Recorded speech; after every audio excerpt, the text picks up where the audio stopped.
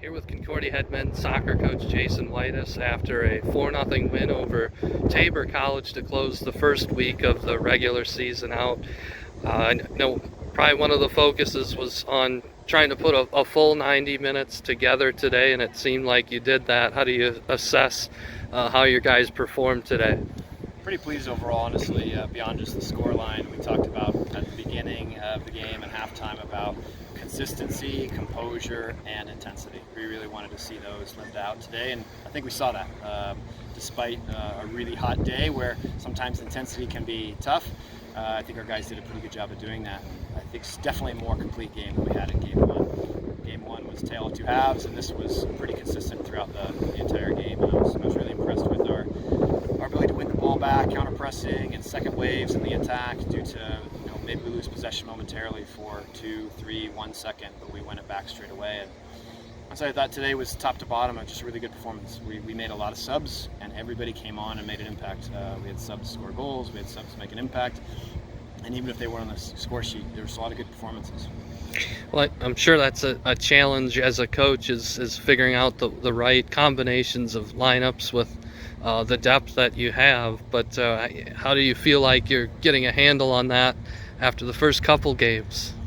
You're right. I think it is tough for us. We have a lot of options, and that's a great thing to have. I think the reality is we'll probably get it right, we'll get it right a few times, we'll get it wrong a few times for sure. But if someone's maybe not performing well, the nice thing is we've got somebody else that can come in that we know that is capable of. We've got guys on the bench that have great experience, some guys that have started games for us that aren't in the lineup yet, or guys that maybe haven't started at all that they're capable of being there at some point throughout the season. So we are going to have a lot of tough decisions. It's only going to get more challenging because we still had a few guys out today. I mean, we probably didn't play with 4 or 5 guys today, and that's only going to get more challenging once those guys get healthy. And it's great news for us in having to make those tough decisions, but I guess I think we've got good depth this year, which is good.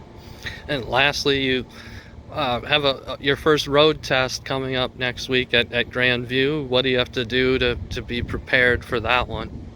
It's always, I think, a challenge on the road a little bit, to just different environments, and it's been a while since we've played Grandview, but I'm not sure we've actually ever played Grandview at their place. Last 2 times we played at neutral sites, and I think we've been fortunate enough to pick up a couple wins against them last couple times we played them, but they're a very good team. And then at their place, it's a really nice grass field out at James County Soccer Complex, and they're good on the ball, they're good in possession, they really have the ability to build and unbalance. They're a team that's physical and capable of playing a very physical game too, so it's going to be a challenge. I think this is against Grandview so far will be the most challenging test we've had to this stage in the season thus far.